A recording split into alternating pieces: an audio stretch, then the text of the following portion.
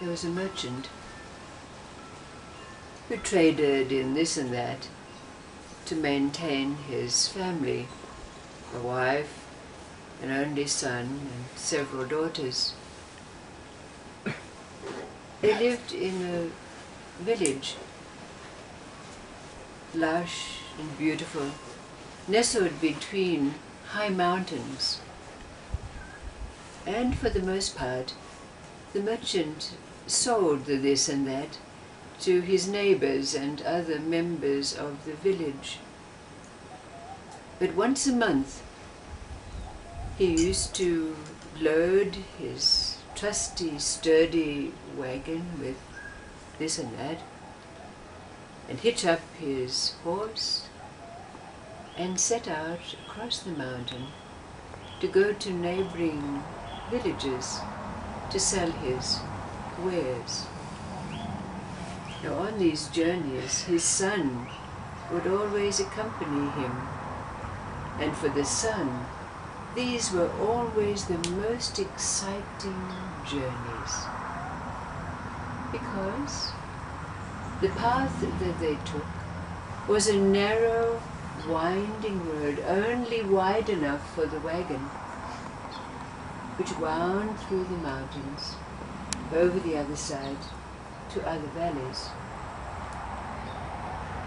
One day, when they were just reaching the crest of the high mountain, after winding back and forth around the narrow path, they just came to almost the crest of the mountain, where afterwards it would dip down and they would go down into the valley beyond.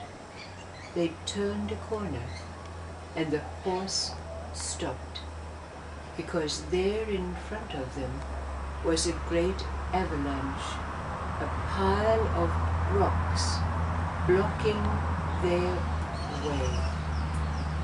It was impassable. But the son said to his father, "It's all right, Father, I will move the rocks." So he jumped out of the wagon and he heaved the rocks over the side, he pushed them.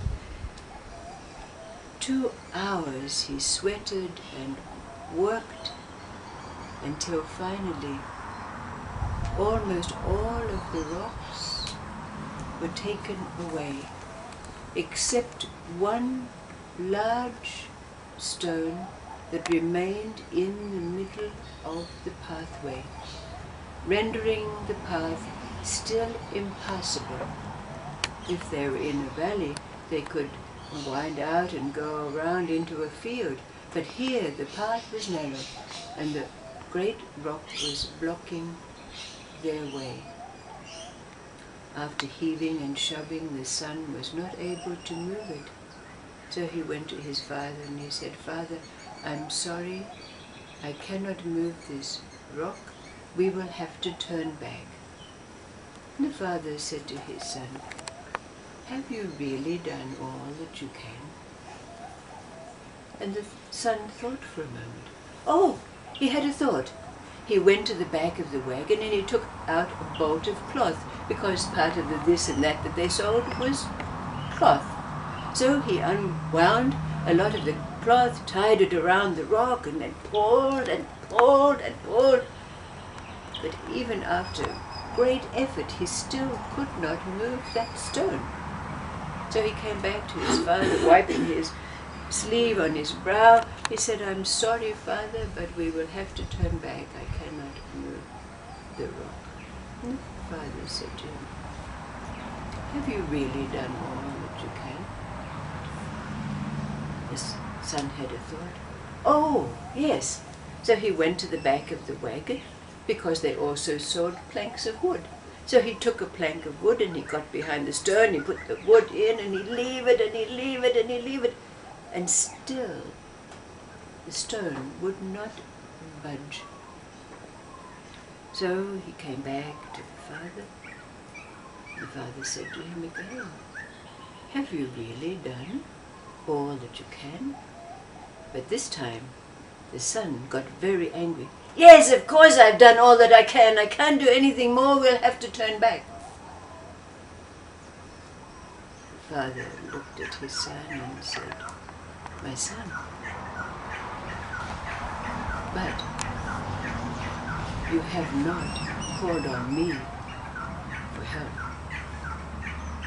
With that, the father climbed out of the wagon, and together they put their shoulder to the stone and pushed it over the edge and went on their way down to the valley to sell their this and their that. What does this little story evoke for us?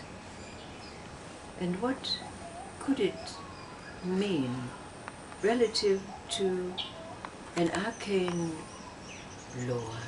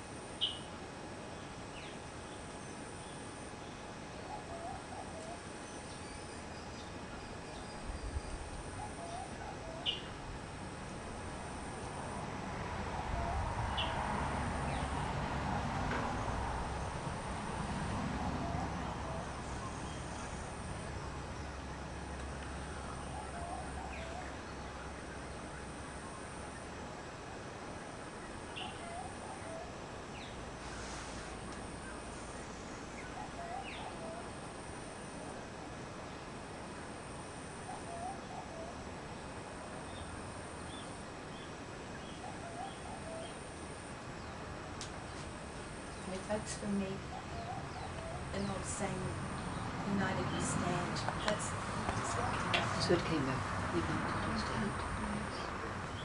And it has great meaning for us, doesn't it?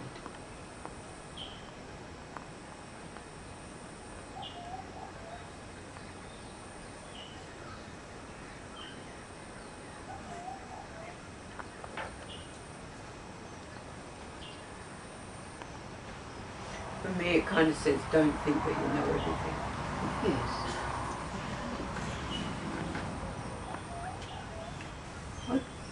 We've all had moments of desperation. All of us. What happened in those moments of desperation? surrender. And call out for help. Yeah. Help me. If there's anything there, help me. Or God help me, or whatever it was that our faith was at the time. And we called it out with every atom of our being, because in moments of desperation, that's what we do. So what does it mean in this little story? You haven't called out to me for help.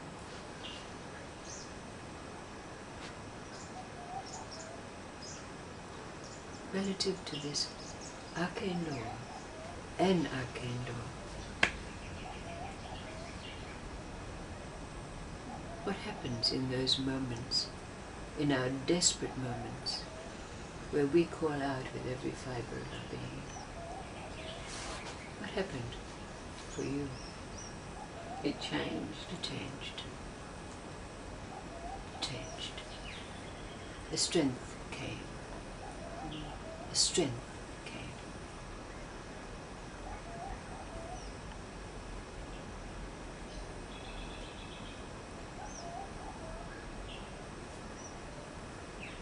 So what is the law behind this? It's a very great law. Behind this, You need to ask for help to receive it. that's right. You have to ask for help to receive it. You have to call out. but they're not in rebellion. Absolute. I think in the Bible it says, ask and you shall receive. Exactly.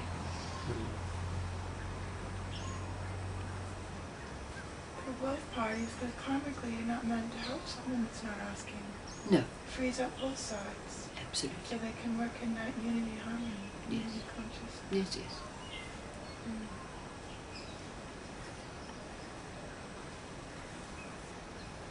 Can this be a law? Is it possible that this is that arcane law? Ask and you shall receive. Is it absolute? Was it ever not there for us? When we called out with every single atom of our being, with every bit of force that we had ever. Something always happened. Something always happened. An answer. The answer came.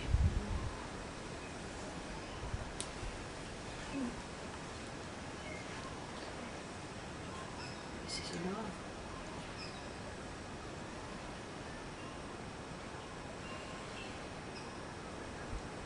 But what's the difference between the ordinary moments of life and those desperate moments when we're drowning or something dire is happening? What's the difference in us between those moments of absolute surrender and the moments of ordinary life? Intent and focus, because you have no place else to go, so you're putting your entire focus and intent in one thing. Yeah, we have all those self-doubts and all of those things that come in, don't we? And we live in that state of desperation all the time, in that heightened state of surrender, awareness, so that everything we say is done with that same force. Yes, we can.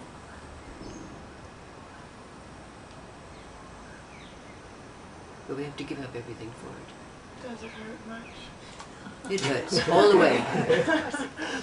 That's why we come to the stage where we can say life is suffering. Yeah. Okay. And paradoxically, love too. That's right. Feels fun. That's it. We can. That's the way we have to live. In that heightened state. In that state of desperation at every single moment. Every single moment is poignant. So that everything you say, and when you call, when you speak, the answer is there. The force is there. For that we have to give up everything. Whatever that means for us.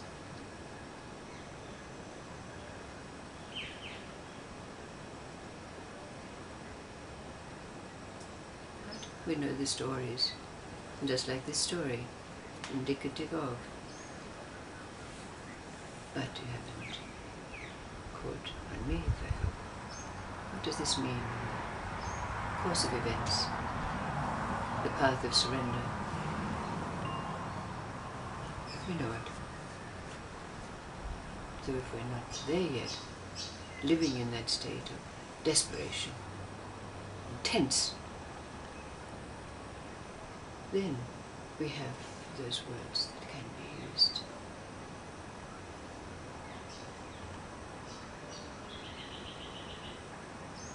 Use them if you need to.